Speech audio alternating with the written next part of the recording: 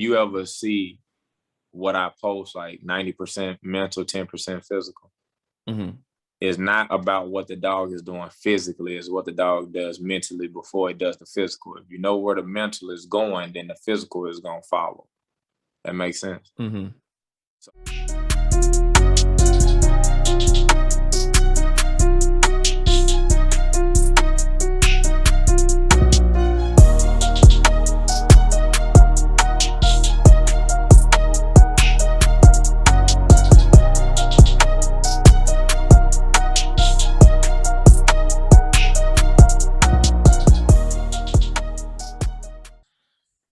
So what's up? We here with my man Calvin Wilbon. I feel like he's the future of dog training, and we got him right here live with us on the Dawg Dazed podcast. What's good, bro? what's up, brother? What's up? Not much, man. I've been wanting to holler at you for a long time. So appreciate it, man. Appreciate it. You know how it is, man. Just keeping, you know what I'm saying, the feet on the ground and trucking it, you know what I'm saying? yeah, man, you got a little, I ain't gonna say a wave, but I think that you're gonna have a lot going for you in the future, like as far as like just being like the next like Nino George, Bart Bellin or something like that. I don't know when it's gonna come, but I feel like that. I just got that feeling that it's gonna be, you know what I'm saying? I appreciate that, man. No, man, I don't know if you see it. You know how some people become like, I don't know if you're religious or not. You know how when people get into like preaching and stuff, and they're like, man, I never thought in a million years I'd be a pastor on a church or whatever. You know what I'm saying? I just get that vibe.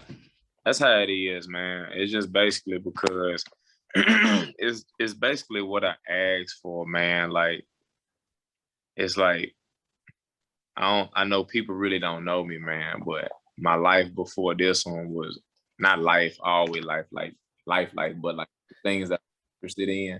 Mm-hmm. Like my life, like growing up where I'm from, people didn't take dogs seriously. Right. So it's kind of like it was my own little thing, but really, and anybody that see this, I ain't tripping if anybody see this, man, that know me from my past, but everybody thought I was going to the MLB. Like that's what they thought, like that's just what they thought, man. But I really had a wake up when I started getting these feelings like it got to be somebody in my family that really make it big, because life is too short to do something great. So then when I went to one of my relatives and I see how the family members look at them, I was like, I asked her, I said, Connor, I was like, I feel like that I'm supposed to be doing something really great. And I'm like, what is it going to take for me to really hit it big to a point to where I change the dynamics of my family? And she was like, are you ready to hear this? And I'm probably like 15, 16. And she was just like, you ready to hear this? And at the time I was cutting hair and everything, doing my baseball thing. And of course, everybody say MLB, you make it big, you do this and that and other. But when she said, what could you do every day for free if you had all the money in the world and never get tired of it and help people? And I didn't stutter. I didn't take no chance. Hey, look, I ain't take no chances saying crazy. I said, I dog train for free. I do it for free every day. And she told me, she said, well, that's what you need to do. And I promise you, bro, I ain't think about how could I fail or nothing. I just went for it. So yeah, man. So after that, man, it just really started like making that my predominant thought. I started really focusing on like asking God for guidance and asking God for like an understanding. And the thing that I asked for and what I feel like that people need to learn is that we are the reason why we don't get to where we're trying to go, or we may get distracted by people and what they're doing and say, well, now I want to be the best just because this dude doing it. I want to be the best basketball player just because this dude doing it. I want to be the best dog trainer. It's basically you taking control of your life and then believing in yourself enough to say, well, this is what I want to do. And now I'm going to let God direct the path. And all I'm going to do is enjoy the process. And bro, that's what I feel like I did, bro. I'm asking, and I'm continue to ask to be who I really am, man. And that's what I believe. Yeah, man. I kind of stick to that. What's the scripture? It's a scripture about that. Lean not into your own understanding, but in all our ways, acknowledge him, and he shall direct your path. So I'm on that big, yo. Like I feel like I was working at a vet clinic, and I thought that was just my thing. Like I just like the animal hospital, saving animals, you know, the emergency scene when a dog come in, hit by a car, overheating in the car, whatever it is. I just felt like the rush of like, let's see if we can save him. You know what I'm saying? Yeah. And I tell people all the time, I'm a better vet tech than I am a dog trainer. That's what I'm talking about, bro. So yeah, I did that since 2000. Well, no, actually, I'm 38 years old right now. I started doing it when I was 14. I started volunteering at a vet clinic in New Orleans, and then when I got old enough to work, I kind of did that. Then I went to the Army. I did 4 years in the Army as a vet tech, and that's kind of how what's up, man. That's what's up. I ain't know that. Yeah. Look, that's kind of how I linked up into the working dog stuff, because my dad, he bred German Shepherds, and we had dogs, and he used to be like that hood dog trainer. Oh, your camera went. Oh, there you go. Yeah, but like that hood trainer that just you could turn your dog, got that on and off switch. You could make them lay down, but the precision wasn't there. Like he could make my dog crawl the whole neighborhood block. And so my dad he was that type of stuff, but not on a level like you or I. We took it to, we're on a different level of, just because that's the culture you engulfed in the culture. He was just a guy with a dog that, you know what I'm saying? Yeah. Spent time with it and then got it to do crazy stuff. But yeah, man, that vet tech stuff took me super far. And then I got into it. Like, you have to take care of like the military working dogs first.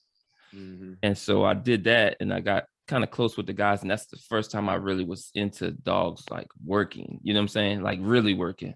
I met some Schützen guys when I was younger, but I really didn't like that too much because I didn't understand. It was boring to me. But the OB, now that I'm older, captures my eye. Like, I'm like, oh yeah, I love it, bro. That Schützen OB is more exciting because right now everybody dogs bite. You know what I'm saying? And the difference between a biting dog, or a good dog, and a great dog is the control and the obedience. Yeah. So, but yeah, man. So how did you get started into dog training? So I know you said that you liked it and you would do it if you know what I'm saying, for free and work, but how did that passion come about? So I really started training. The first dogs I trained is rabbit dogs. I used to train these older guys. I used to train they rabbit dogs to basically mind them. And then they taught me how to teach a dog to be better at hunting, which is a natural instinct that they have. It was amazing to see a dog that just want to hunt, and then when they find a rabbit, they don't necessarily care about it. They want to hunt. So, like, bro, I got some freaky stuff that I was able to put together, man, through God. But I got some freaky stuff that I was able to make sense. And like the dogs that I trained just for rabbit hunting, I'd use them same techniques on my Miles and pit bulls and German Shepherds and stuff for the work that we do. But I really started around, I would say I started seriously training around 15, 16 with the rabbit dogs. And then the end of me being 16 going into 17, I started doing law enforcement. I used to work with a guy named David Foster.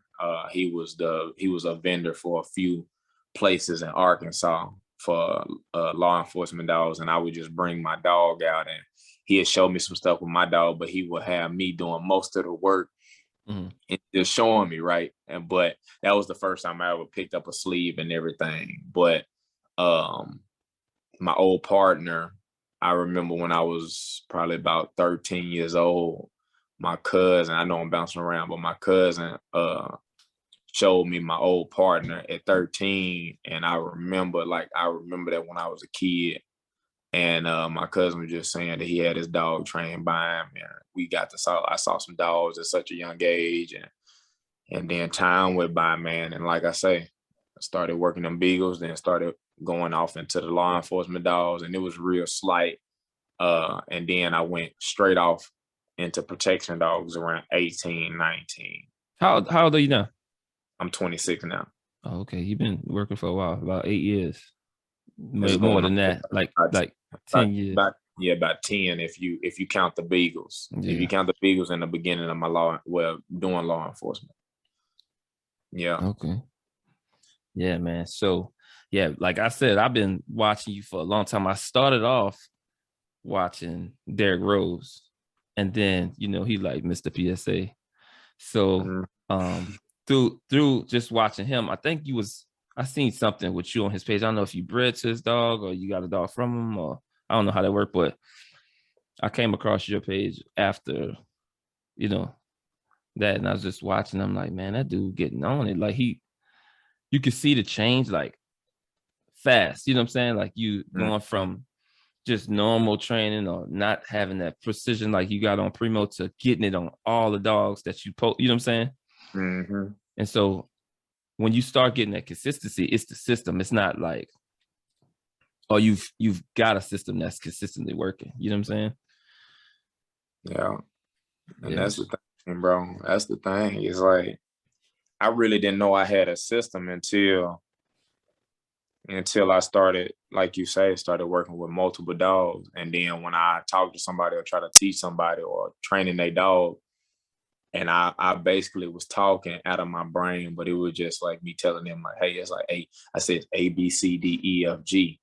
And then I do it so much to a point to where I started writing down notes. And then I remember waking up out of my sleep, bro. Hey, it's gonna be crazy. The only reason why I brought up the baseball stuff, because I wasn't really this skinny, bro.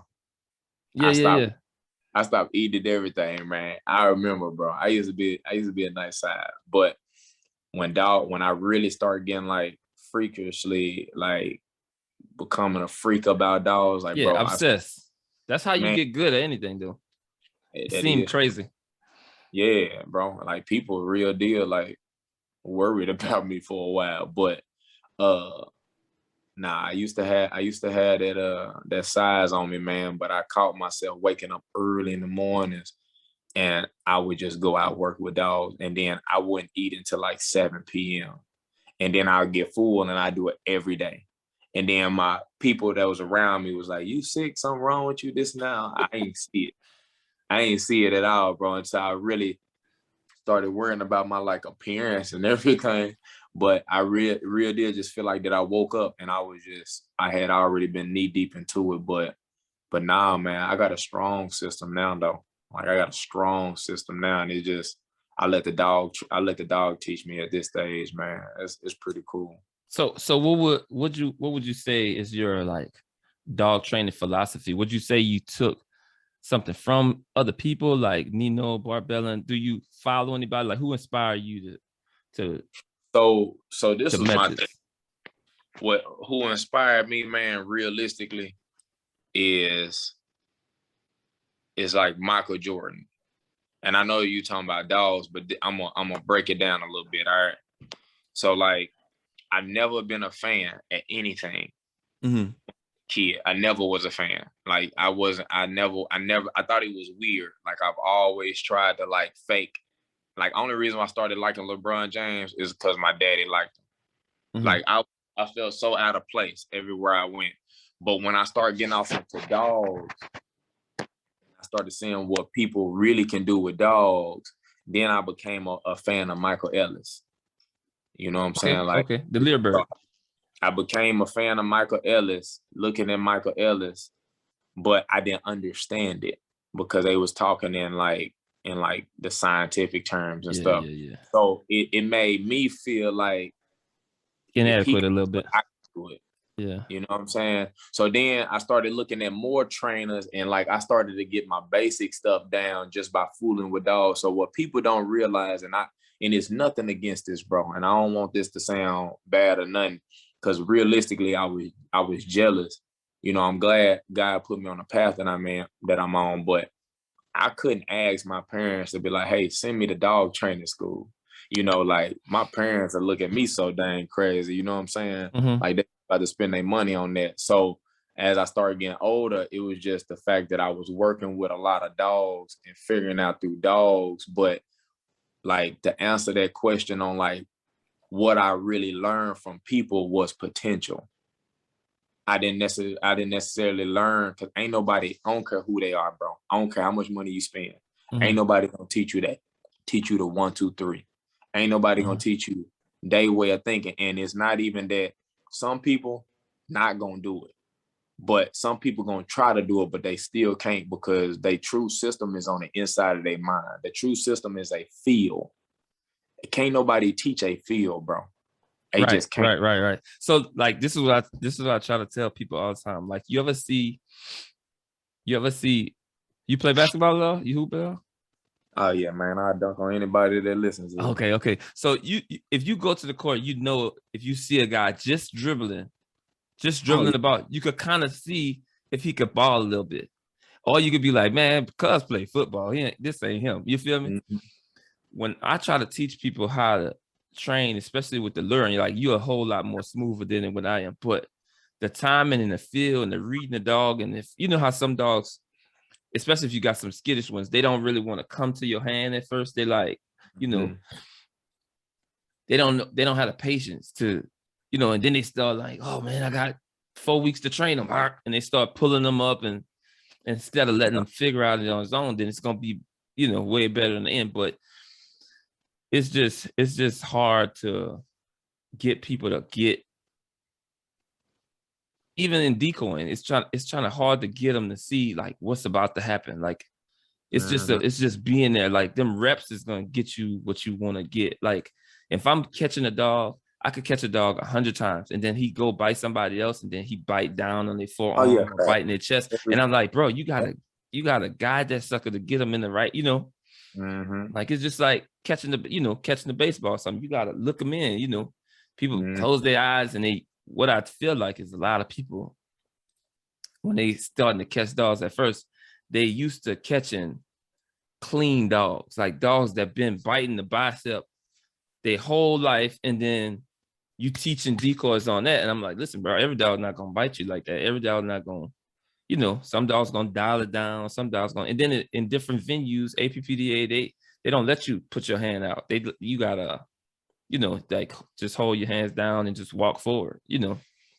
Yeah. So it's different. Like, so you just gotta learn how to feel out the situation. But that's with everything. But yeah, man, it's just I want people to see how it can be done. And just like you inspire me, bro, to keep, because sometimes I'll be laying in my bed and then you'll come up on my timeline, bro, and I'll be like, get up, man. That train.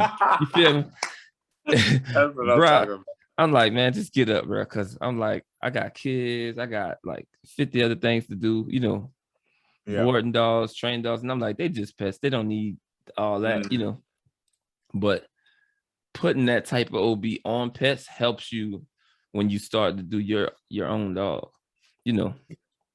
People don't really realize that it's not trained. So like where people fail at, bro, is where they try to change.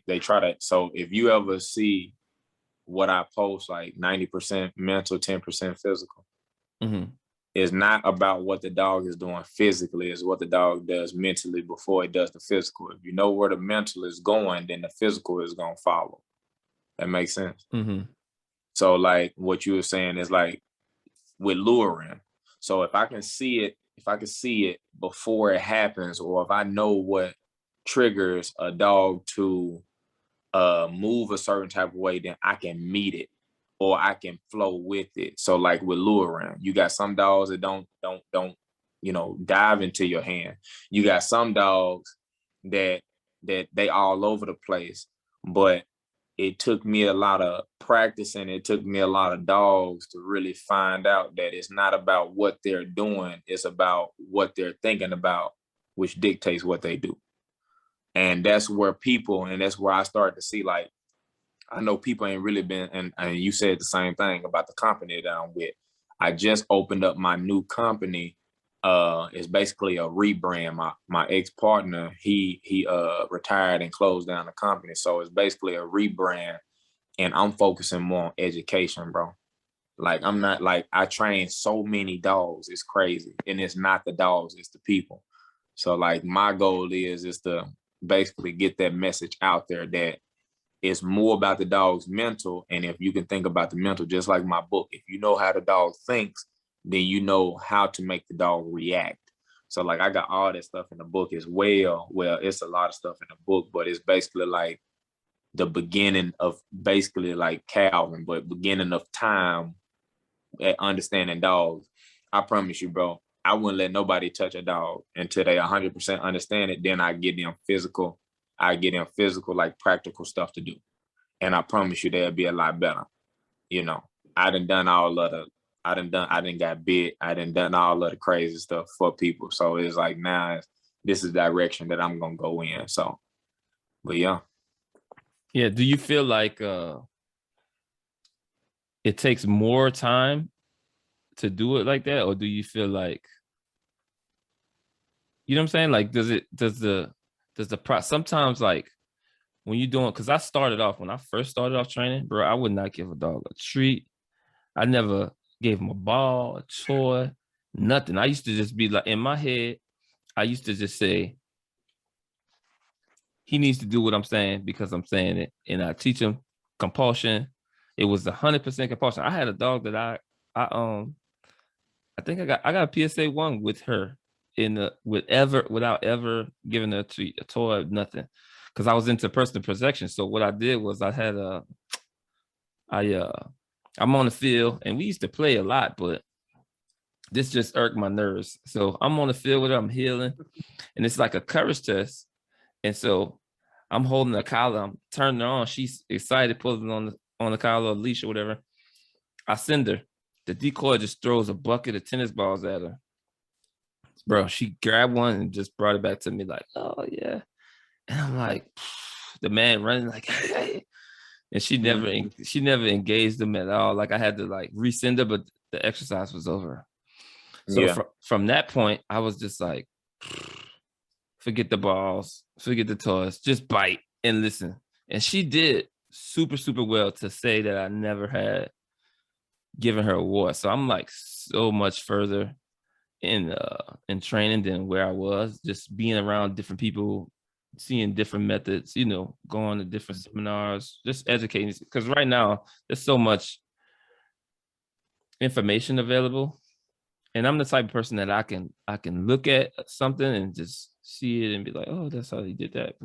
That's, you know, and then I try to apply. And then I have so many client dogs that I could practice on them. It's not gonna really make a difference as far as like the precision is concerned, you know. Mm-hmm. So I just put that into place. But bro, I want to say it's maybe I've been training dogs since 06, 05, 06. I mean, really been training my whole life, but seriously since like 05, 06. And then I probably started the last 5 or 6 years, you know, doing like a reward-based system, you know, getting into like the free shaping and all that stuff, you know, the knee popo, all this crap, you know, and using the e-collar, because I never did that either. I never used to use the e-collar, nothing for stop a dog from barking. You know what I'm saying? Mm-hmm. But yeah, man. But now I'm on it. So I got my new dog, Reaper, the one from the UK. And yeah, anything I do to him, I really don't want to mess him up. So I just, you know, I take my time teaching him stuff. So it's coming along though. He looked good too, man. Nice, strong dog. I was supposed to get, I don't think it was, who was his parent? Is it Gorilla? No, Deuce and Duty. Deuce and Duty. I think I was supposed to be getting a Gorilla son or something a while ago, but I think that was around the same time that I was trying to pick out my female for Primo. It was a lot of stuff going on, but I real deal had communication with them and was gonna get a dog from them. It just didn't fall the way that it was supposed to fall. But what's so crazy is that when you had got that dog, I remember looking, I was like, I feel like, you know, I know he gonna put that work in. I feel like that I got the dog, you know what I'm saying? So Yeah, yeah, yeah. I just look at your dog and I'm like, yeah, it's just like, you know, me having a dog, because that's just how it is. That's just how I am, bro. I really wish I had everybody dog, man. I wish I had all dogs, Yeah. but you know, but nah, The good nah, ones, the good ones. huh? I said the good ones. Yeah, yeah. Hey, but I like, bro, and what's so crazy, man, that my partner now, man, he was just like Calvin. He said, man, you like fixing stuff. I said, dang, I do. He's like, man, you like fixing stuff, man. You know, he was just basically telling me like, you know, as far as the time that I got, I can't fix everything. Like most people, like if I would have told you, man, how Primo was as a puppy, like he been watched from like 3 different people as a puppy. How old was he when you got him? I got him right. I got him off the plane at like 5.5, 6 months. Oh, he had some age on him. He wasn't no little puppy. No, but he didn't know nothing. He didn't even know how to bite a. He didn't know how to bite a suit. But the thing was, is that the only way that I ended up, only reason why I ended up with him, because I ordered an 11-month-old dog for my client, and they sent me a 5, 6-month-old puppy. But he was big. He was a big puppy. So, but when I got him off the plane, I sent them a side-by-side picture. This is the dog. This is the dog that I ordered, and this is the dog that y'all sent.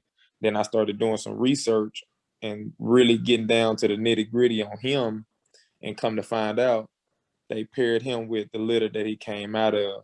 And I was like, dude was only 5.5 months. But I didn't start fooling. He was a kennel dog. I didn't start fooling with him.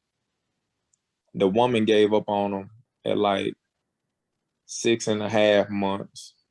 And then I just put him, he was a kennel dog. He just was, you know, around the kennel, people, you know, taking him out, using it, you know, but Joker didn't bite no, he didn't want to bite no suit. He was a prey freak. That was about as good, you know, as good as he would get. But he, you know, he'll bite anything small, but he wouldn't bite no suit. He wouldn't, what else he didn't do? Oh yeah, he when he finally started biting suits, he used to walk. He used to walk to bite the decoy. It's funny, bro. Like he would literally, he didn't know he could run, bro. He didn't know he could run. He'll walk and he'll go up and bite. Like he just couldn't put those pieces together. Bro, just hearing that, bro, I probably, I ain't gonna say how, yeah, I washed out a lot of dogs. Not like, or gave up on them and like just sold them and I'm like, oh, I'll get a new one. I'll get another one with some more drive, this, that, and other. Like if I don't know if you've seen the dog Blade, Robert Garland owns him. Me and him imported him from Tyler in the UK, the Apex K9. You probably seen this stuff before. But he used to have a dog named Sirius, and this dog is his dog named his Sirius's son. But man, this dog, if it's not acting like that, I kind of don't want it. Like he's just super, super, super geeked up. He's one of them dogs that are like, he's gonna take the reward from you all the time, no matter what's going on. And the problem I have with Reaper right now is that as soon as he sees a decoy, it is over with. He's gonna listen. He's gonna do everything I'm asking him to do. But if I try to give him the ball or something, yes, good boy. It's like, nope, I don't want it. You know what I'm saying? So I have Dogs to. like that so easy, bro. Huh?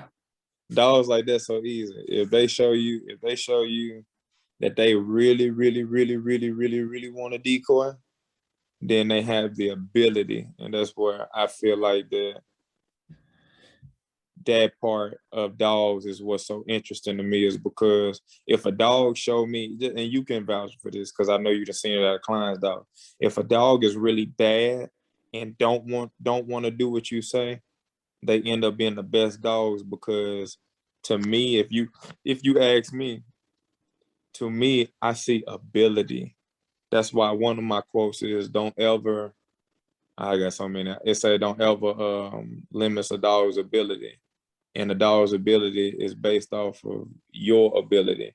So basically, if your ability isn't as high, then the dog's ability is going to be really low. But when a dog shows me, I just want to basically, you know, to people it's kill. But basically to me, it's just, I just want to play. I want to decoy. Bro, that sucker man could do the same thing for a ball. That sucker can do the same thing for tracking. He has the ability, man. Like, I love that stuff, man. So I love dogs like that, bro. Them suckers act like that they can't switch over. I guarantee you, bro, them suckers, man, they'll be some, them jokers be strong, man. I love them dogs, I've been working on it. And the thing I do like about them is I only have to show him stuff a couple times and he's like, oh, okay. Man, I was doing like the back transport, just messing around. I only did it like 2 or 3 times. And because I wanted him to out and do that automatic, like go to the back. So he just boop, and then he went around and sat down. I was like, dang, he still remember that. I haven't done that in so long. Like, it's been, he was a small puppy when I was doing it with the boxes and stuff. So yeah. I was like, okay, he catch on quick. Yeah. But you just have to know what you're doing, when you're doing it, and not like contradict yourself in training. Sometimes you get, especially with the club that I have, we have a lot of dogs that just, they don't have the same goals that I have. You know what I'm saying? So it's a lot of fun stuff going on. You know what I'm saying? Jumping in cars on top of just all kind of crazy. You know what I'm saying? Mm-hmm. And I'm just like, man, I want him to get some work in. You know what I'm saying?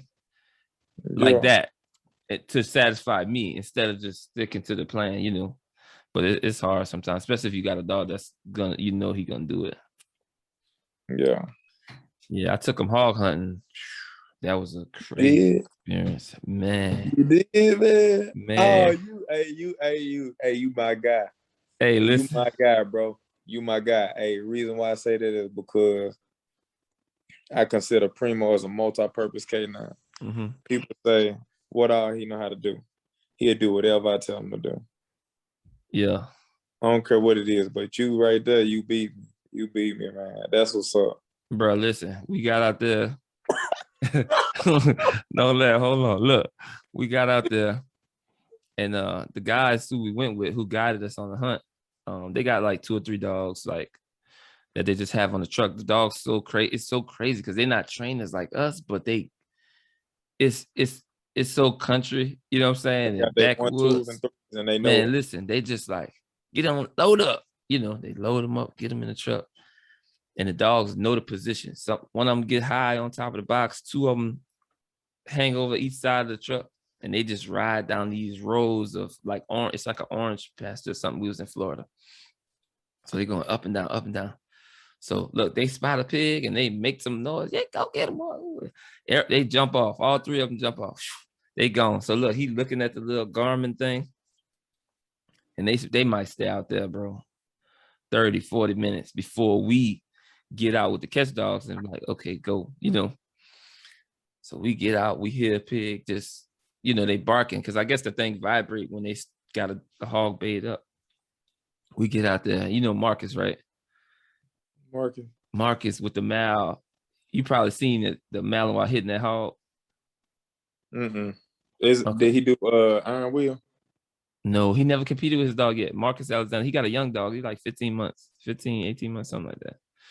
But anyway, he goes out, he lets his dog go. And the hog is in like these briar thickets. We crawling through there. I feel like I'm getting crucified, thorns all in my head. It was terrible, bro. So I'm low crawling through there. So we get in this little pocket where we can barely stand up and hunched over. I let Reaper go. He hit the hog. He stayed on him, but it's two dogs on the hog, you know, Marcus' dog and my dog. So, you know, the little bay dogs, they be nipping at him and stuff like that. So we get him off. We see another hog. The hog run across. I see I'm talking about, this thing look like a dinosaur. Man. He run across and they like, let the dog go. Let him get him. I'm like, hell no. I just got my dog shipped over here. I'm not with it. He don't even know that at the time we took him, he was like 8 months. So I'm like, nope.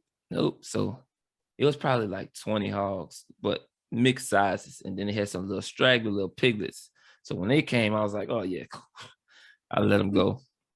he hit one of them, and that just got my ego going because we didn't have to do nothing. He just caught him, slammed him down, and he stayed on until I came. Mm-hmm. He caught like two of them, two little hogs. And then so they almost over, bro. And then they like, oh, they go out. We got one more. This dog, hog's probably like 130, 140 pounds. And it was just stop. And it's just staring, him and the dog staring straight at each other. But I got Reaper, he just pulling on leash, acting crazy.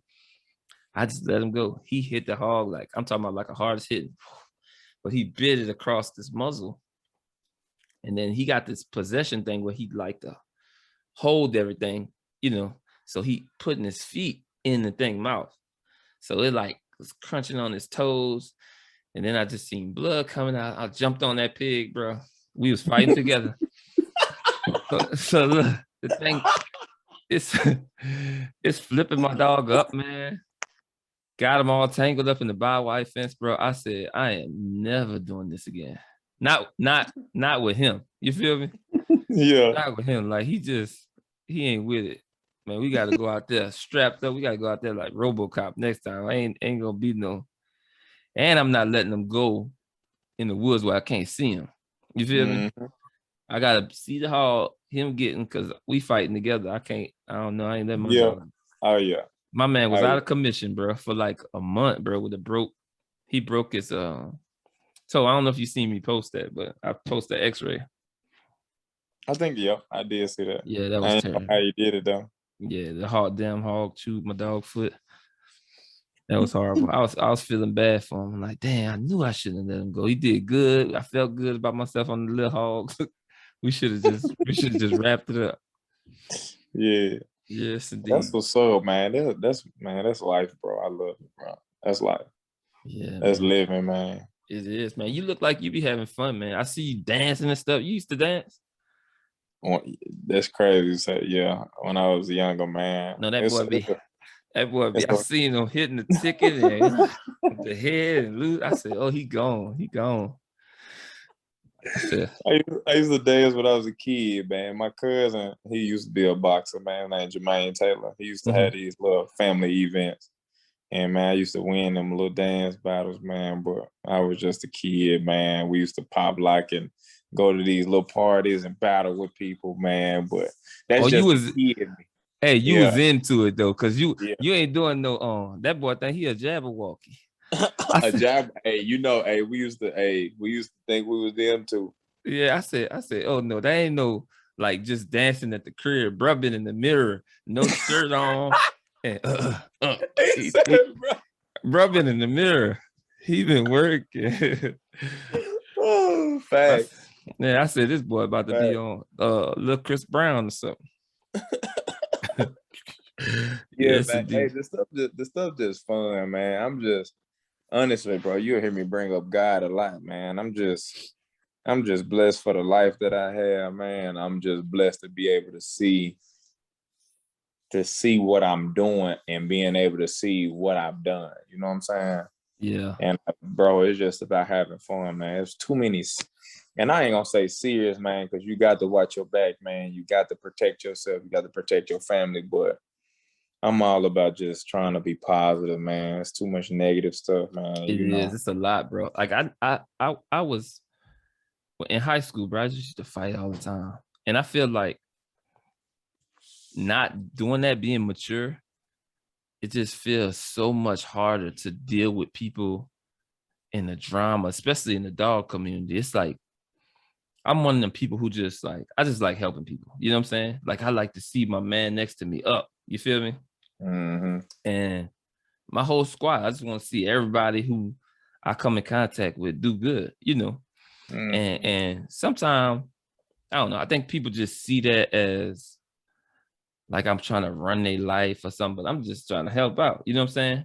Mm-hmm. And then you never know how people thinking and how they perceive your actions or whatever. But, you know, it's meaning well, you know what I'm saying? Because I see the people who kick it with me like family, you know. But sometimes, bro, that junk don't get reciprocated, and you just like, because I'm not looking for nothing back. But it's just sometimes people get out on your name with, you know, it just be weird, man. It just be weird dealing with the dramas in the dog community. I just never thought that it would be like this. I thought after I got out of high school, this kind of stuff was over with, you know. Nah, man. And one thing that I learned too, bro, is like don't get me wrong, I'm a human. I have feelings. But at the same time, most stuff that I hear or most stuff that people try to involve me in or whatever the case may be, I realize too, like the greater picture is that everybody got one life, right? You got one life.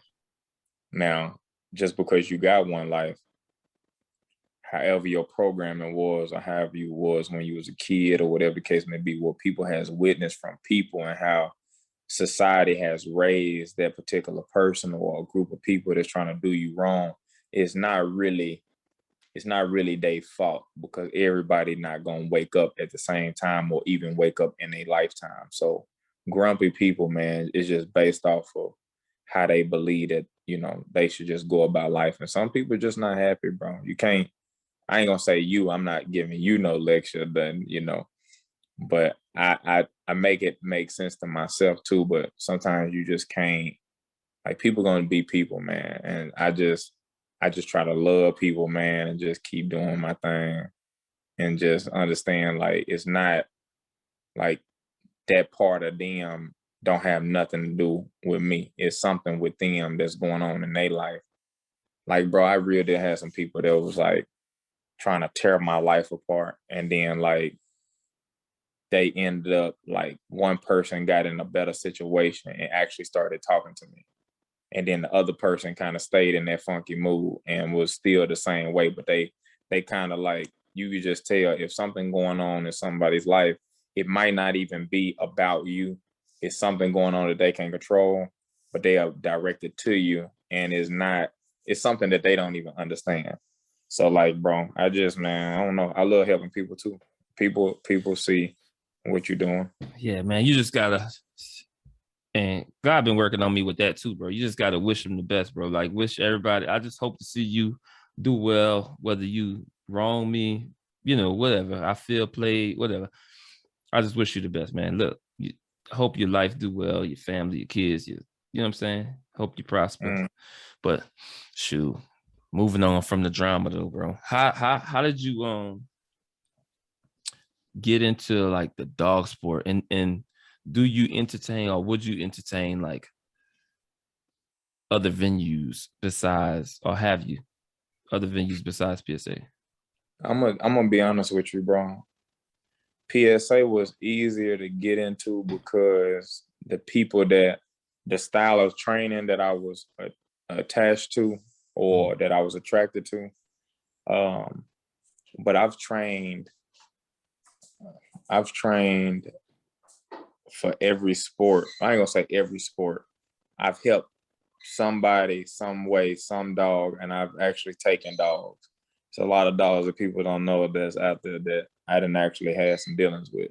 That's in different sports, bro. And I don't too much. I say PSA because it gives me an all around feel, but all sports, bro. As long as it's dealing with the dog's mind, and as long as somebody asking the dog to do a certain thing and they consider it hard, it's my job to do it.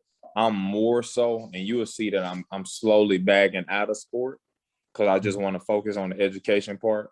But I'm just about training, bro. Like, you can't do that. You gotta get that 3. I don't have to, bro. I can help somebody.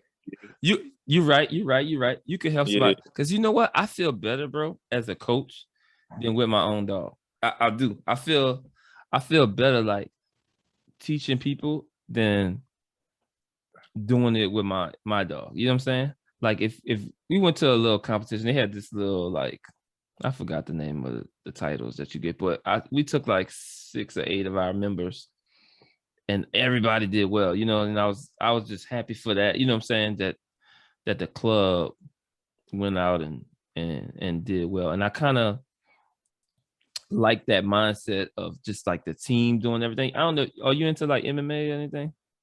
I actually did MMA for a year and a half. Oh, for real? So you into jiu-jitsu at all?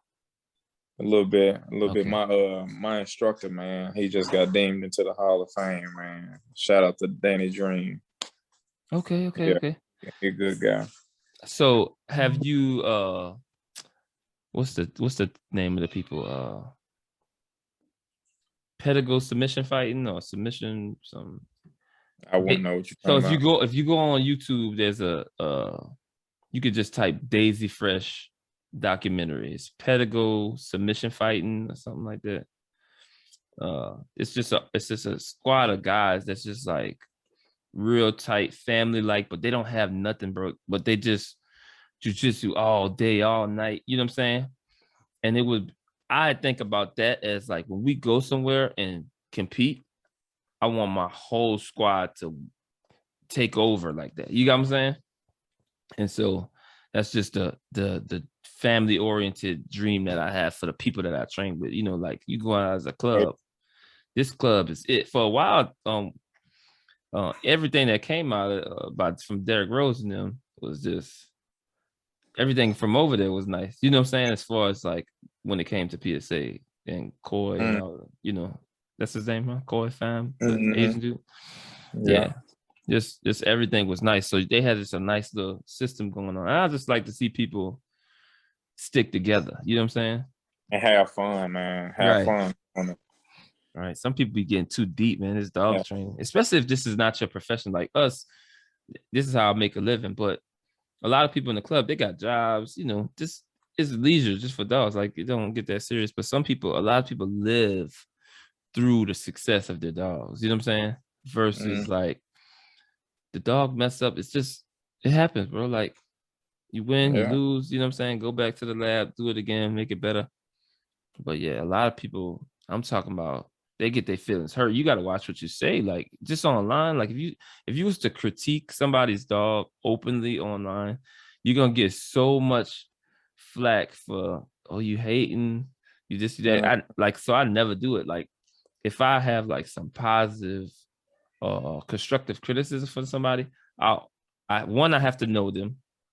And two, I'm gonna inbox it to them, or I'm gonna hit them on the phone. You can't have no conversations out in the public, man. They gonna swear you trying to kill their dog career, their career. You know what I'm saying? But yeah, it's crazy, man. Because I love dogs, man. And that's one thing that like people. I don't know. Like I didn't got like people say, oh well, you know, that's you know, if you like your dog to be that controlled, you got to be a certain type of person to make a dog life like that, XYZ. But I done seen some of the crazy stuff, man. That just comments. You'll never see me argue with anybody. Yeah, sometimes I get into it. Like, you know what bothers me, bro?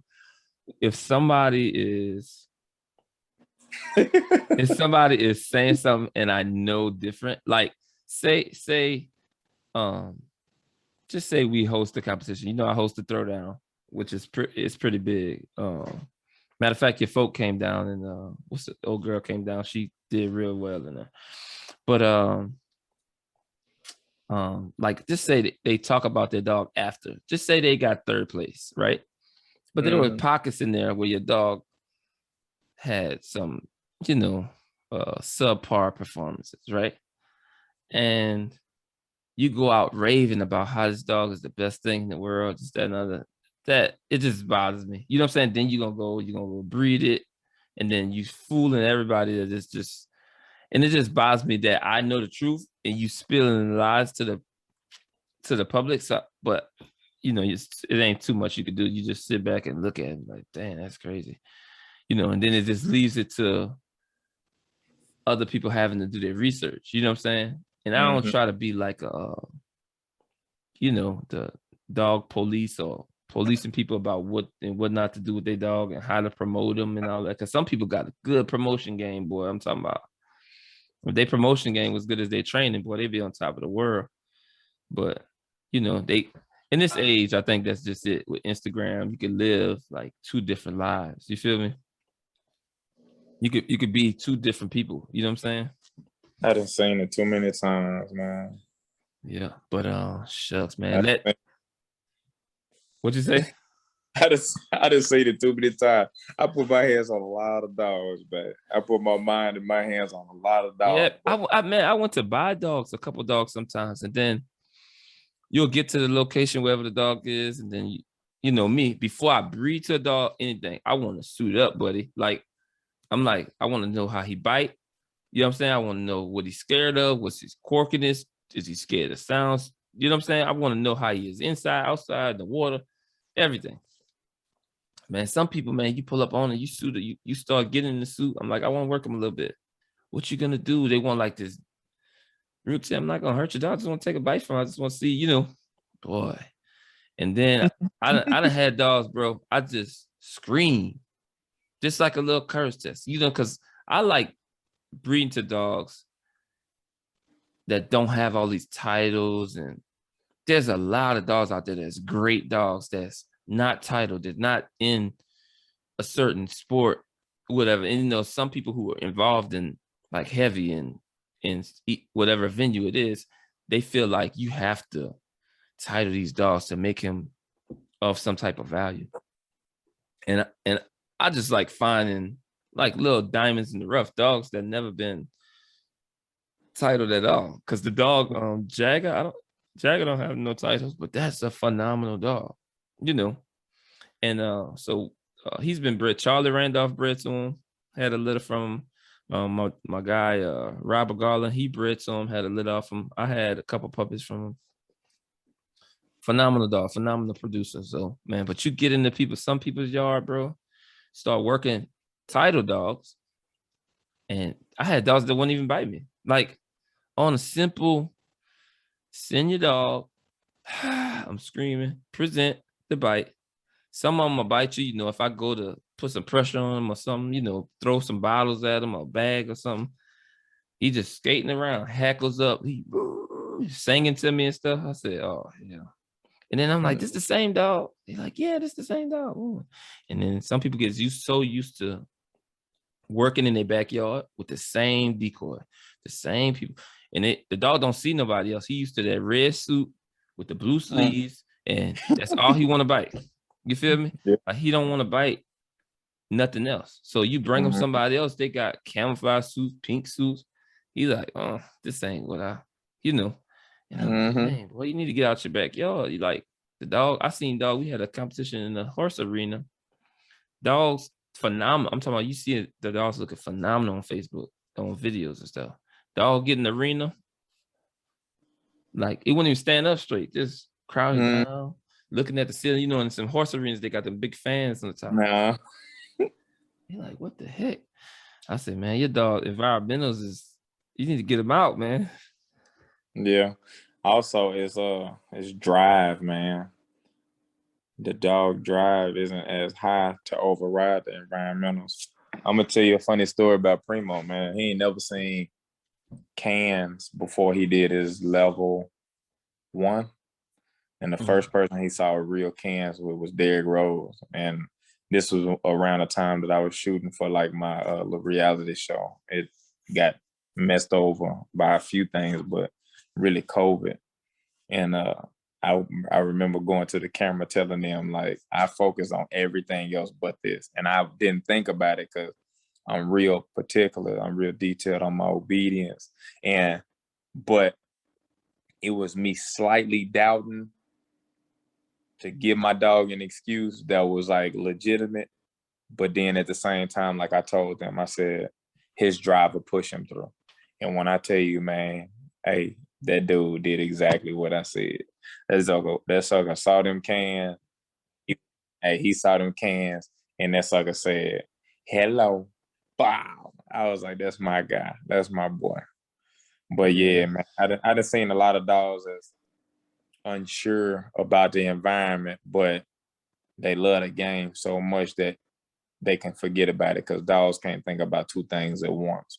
So either they're going to be really strong, or if they're not as strong, they're going to be really pushed by the environment.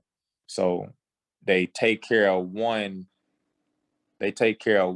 frustration. Like, let's say if you got a dog that's scared of the water, but it's because he met the water first and he didn't necessarily have his mind on the bite. But let's say he loved the bite so much that the water, it's not that the water, it don't scare him no more. It's just he can't focus on it because one state of mind overrides the water. So, do you make sense? Yeah. So check this. So Reaper, I take him out. He's out of drive. We're not training. We're not doing nothing. Just having fun.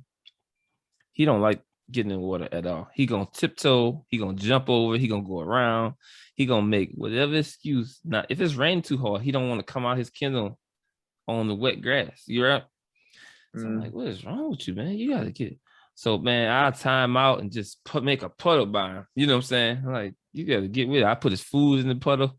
He gotta eat right there. But he started getting more used to it, but he never had a problem in drive. Like if I put him at a down and I turn him on, it don't matter what's going on. He never been in water before, and he jumped in water and started swimming to get a bite. So I'm like, okay, so I don't know how to gauge that. Sometimes you see, because that's what really bothers me. A dog, where we at on our personal time, and I start seeing all this weirdness. You know what I'm saying? Like, oh, bro, this dog.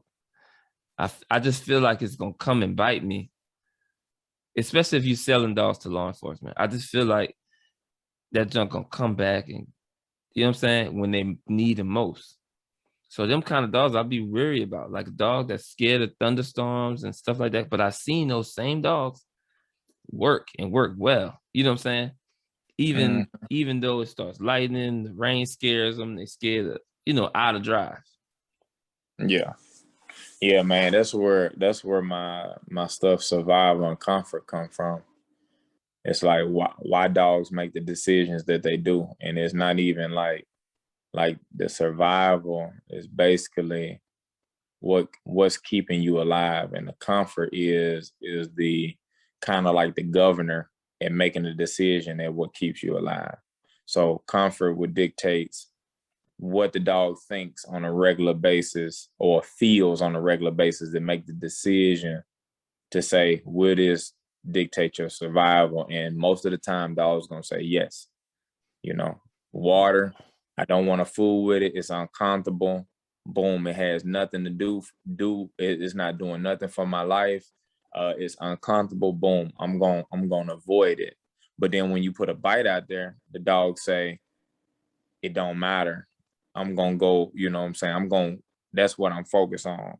So if a dog out of drive, that's where the survival and comfort come from. You just got to make the dog realize that it needs the water. Right. That's what, and I seen a lot of dogs, bro. I didn't seen dogs, man, where people like, oh, never bought a dog. And then I'm like, I like the dog. Cause I see his association mindset. It might not like some things, and it might run on something, or it might do something, but if a dog, so I'm gonna tell you this. How can I put this? All right, so my biggest thing is like when people say smart or like intelligent or like a really advanced dog. Mm-hmm. A dog can display 5 things that people would say, oh, I don't like it, it's a weak dog. But the dog can do one thing for me that I can see that he made an association with 7 different things. Do that make sense? Nah, I ain't catch it. Okay. So like physically, if I see a dog that's scared of water, physically, if I see a dog that's running from cans, physically, if I see a dog, just kind of like one of the dogs that people just not gonna buy, right? Mm-hmm. But if I see something that the dog is like making associations, like he might not have ever really seen a flirt pole, but his instinct is constantly making him look at it. He can't control himself. A dog like that I can build because it's something that he can't help. So basically, he got a natural trance that he can get into, but people are not gonna see that. They see the physical things that he don't understand or that he don't know. Right. Or Okay. Check this out. Not. I have a dog right now. I have a dog right now. She has more drive than I ever seen in almost any dog in the cage or the kennel by herself, right? But when you take her out and I want her to do something, so I'm trying to train her, like, yeah, she know how to sit and all that, but it's not like a dog that wants a ball, wedge, a tug, or food even. It's not like that. I got a ATV. When I hop on the ATV, soon as she see me get on it, she lose it. She starts spinning around in circles, biting on it. Yeah, biting on the cage. But even if she get out, she gonna chase me. She gonna run. I could be hitting like 40. She kicking up dust behind it. I'm talking about she gonna do it until she probably about to die. I cannot get that dog to show me that type of drive with nothing else. I haven't yet. Hey, if I told you why, we might need to make that a phone call. Man, you can give me a little juice on here. Look, that's what it's about. Hey, that might need to be a phone call, man. You can. I seen it time after time. It's man, how can I put this? I got it in my. It's called time and reward. So like a dog like that, they got it in them. And you know it's in them. So basically, I'm gonna try to give you an example. So like comfort zone, the dog really used to being in that kennel. The dog know that kennel. It's the same state of mind that when people say, "Oh, my dog, she sits and she does everything inside the house, but she's a different dog outside of the house." Mm-hmm. But we know as trainers that the dog has that same state of mind to be able to do that outside the house. I mean, you look at a dog like that and be like, I'm about to whip her ass into shape. You know what I'm saying? But the owner can't think about why the dog is a different dog is because the house is the dog's comfort zone. The dog has been able to learn that comfort zone to a degree to where it can explore and get crazy in his mind. But when it gets outside of that comfort zone and trying to do other things, the dog feels like it's out of that comfort zone. Right. So this is what I thought. I thought that I kind of made her crazy like that. So when it was puppies, I used to drive into the garage with the ATV. And she was the puppy that I picked to keep because she showed me a lot of potential from the time and she's a Malinois Press Canario mix. So she was the puppy that I picked to keep, and she just showed me a lot. And then when I pulled in the garage, she kind of backed up. It was like 2 or 3 puppies that like just went to the back, and I just left it running. So I would turn it on, feed her, you know. And then I put a crate on the back of the ATV. I do this with almost all my puppies. I put a crate on the back of the ATV, and I put them on there and let them eat while they riding on the ATV. I just cruise slow. When she got about 5-6 months, that's when it kind of started. You start seeing her, you get the keys, and I sit on it, and she's like, she started going in circles. And so I'm just like, damn, I think I just created a crazy, you know what I'm saying? She associate, you know what I'm saying? The ATV and the riding and the sound, whatever it is, with just acting a nut. It just made her crazy. So some dogs can make associations outside. So like repetition, it's a lot of repetition in her comfort zone. And therefore she feel like she can, bro, I got a dog right now, bro. I got a dog right now, do the same thing. You inside of the kennel, as soon like you can start closing the kennel and she's like about to jump, about to do circles, but then you can open it up and then she'd go back still. And then you about to close and she about to do circles, she about to turn up and then open it back, she go back still. It's that barrier, and it's just like I say, it's just the repetition, man. Like even like when dogs be barking at other dogs is walking and they in their kennels, but they won't bite or fight another dog when they're outside of their kennel. Right. Yeah, it's just that case. I know that barrier, like type of issues, like crate aggression and all that stuff. But she actually comes out the cage, chases the thing. I just want her to do that. I want to take her dock diving. I want to do something, play some fly ball, something. She got a lot of energy. Hey, She just don't show me, all you got to do, bro, is take away the cage, take away the 4-wheeler. She gonna get to a point where she say, all right, I miss this feeling, and then she gonna look at you like, what else you want me to do? I've taken dogs that people say they'll never bite, and then bite, because I've taken away the reason why they bit or their activity that they used to have. And then I just replace it with, this is what you're going to do. And then they don't want to do it. All right, you don't do nothing. Right. See, that takes time. That take a lot of patience too. Like I've taken dogs that wouldn't bite, or people that say they wouldn't bite. And the first thing I do is I put them around my dogs that are doing what I want them to do. And I feel like it's something that they pick up from that. You know what I'm saying? Like mentality, yeah. Yeah. So like, cause right now I have never took my Frenchie. I have Frenchies. I never take them out to actually do bite work. Like teaching it to them. But they see it so much that they come out that crate, they'll hit a sleeve. They doing all the stuff that all the other dogs doing. So I had this one guy's dog, and he had been to like 2 or 3 trainers.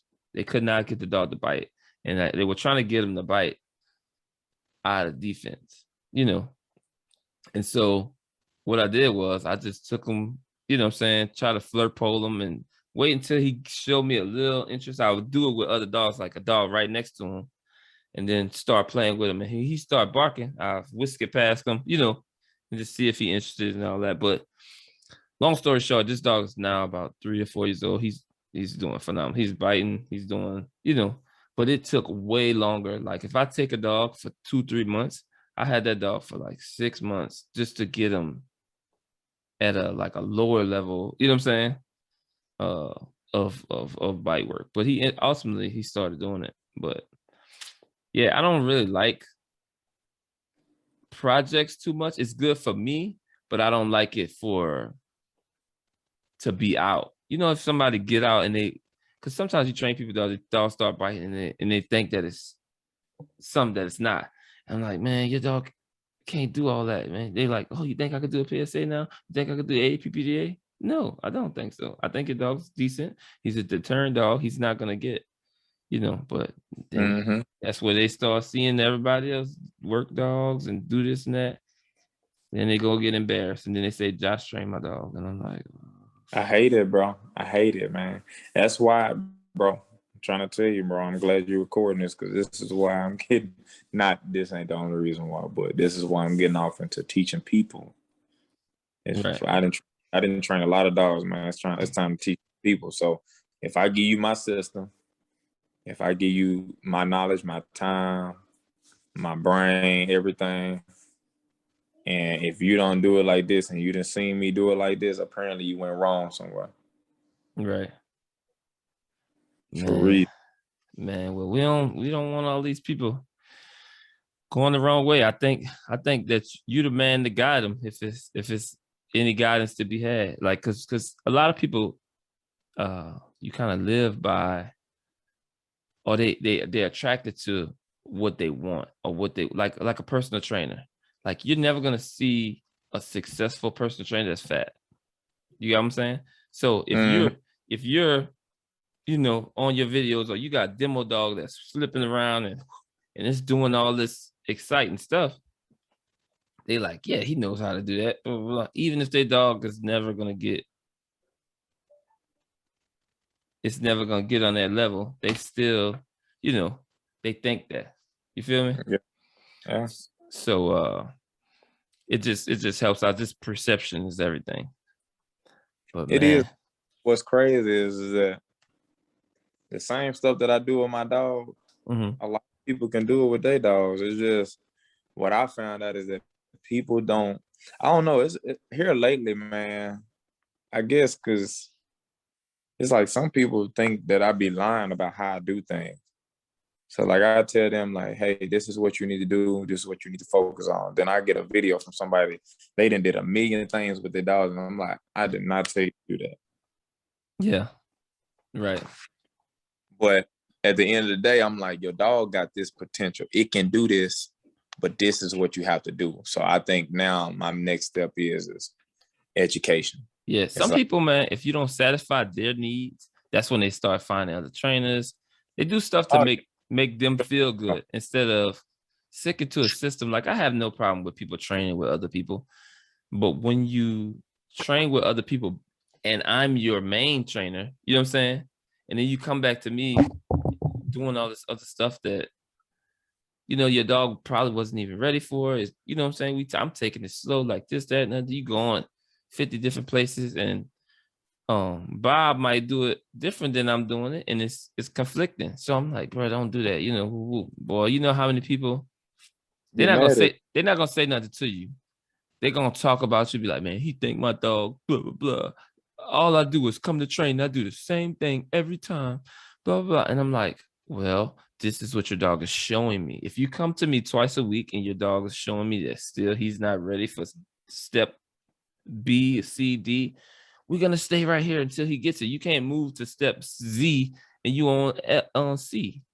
And it just be bothering me so bad. And then when a year later, their dog is still doing the same thing, and my dog is doing like more high level stuff, and they're like, oh man, how you?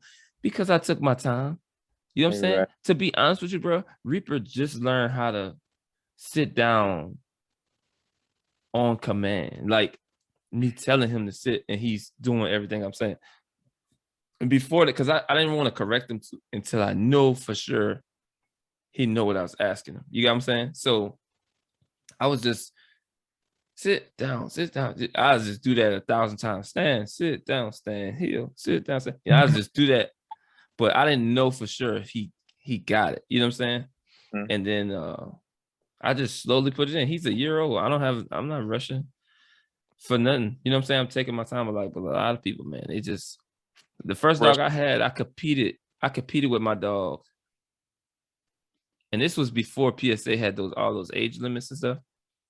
I think she was like 11, 12 months when I first put her in there to start competing. I just used to say, oh, a dog competition. I pull up and just, my training good enough. Let's go. And just go to everything. Like they used to have this stuff called SDA. I just pulled up at that. PSA, pulled up at that. Personal protection, out of state. And I was doing pretty good, decent, but it was nothing on the level like, you know what I'm saying? I didn't have no precision. Like my dog was just super controlled. Like, you know, knew how to bite, knew how to out, you know. But yeah, man, it's just a lot of fun being free too. Like now that I'm the trainer that I am, I host the competition, people expect certain things of me. You know what I'm saying? Like you can't have like no BS dog and you're the judge of all these other people doing, you know, competing, this, that, you know. But so I just have to, you know, raise the standards of what I think is nice and what's not, because people who, you know, some people be like, oh, you don't need to do the focus here. That's stupid. I don't want my dog looking at my face. I'm like, bro, that's just a level of training that you're not at. And you just, you know, it's kind of like a hating thing. Like, yeah, because I used to do it. I used to be like, man, that's dumb. Boo, boo. But because I just had my dog was healing, but it wasn't looking up like, you know, straight head, not looking around, super focused, you know. But it's just raising the bar, setting a different standard for yourself, you know. Yeah. I like to teach dogs unnatural things, make it look natural. Yeah, that boy flowing though. He's flowing. How old is he? He about to be 4 October 15th. Oh man. So 4 October 15th. Would you say like a male is your favorite breed? Nope. Pit bull? I would say a pit bull. I would say a real pit, not the big head. Yeah, like a game dog. Yeah, game dog. Yeah. But I would tell you, bro, before I got Primo, I was about to. The cat is out the bag. I already, man, my life, the way it's going now, I'm just going to capitalize off of Primo, man. I'm going to stick with the Mavs. But my preferred dog that I was going to do, Primo was supposed to be a GSP.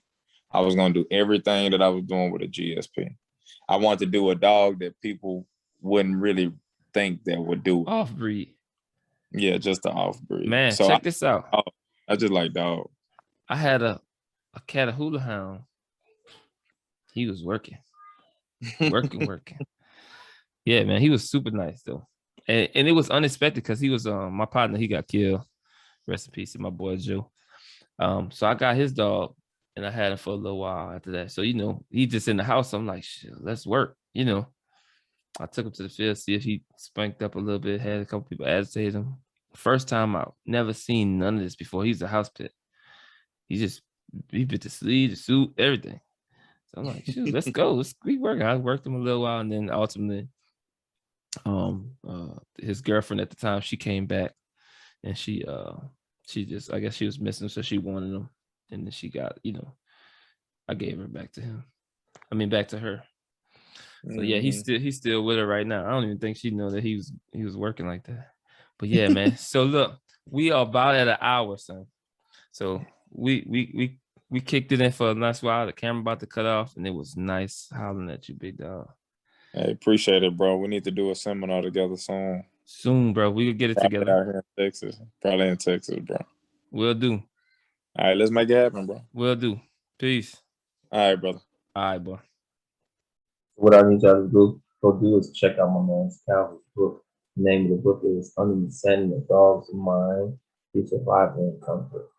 We'll leave a link in the description, but it's on Amazon. Go cop that. It's a good read. And also just follow my man on Instagram. His Instagram tag is on the video, so go check it out.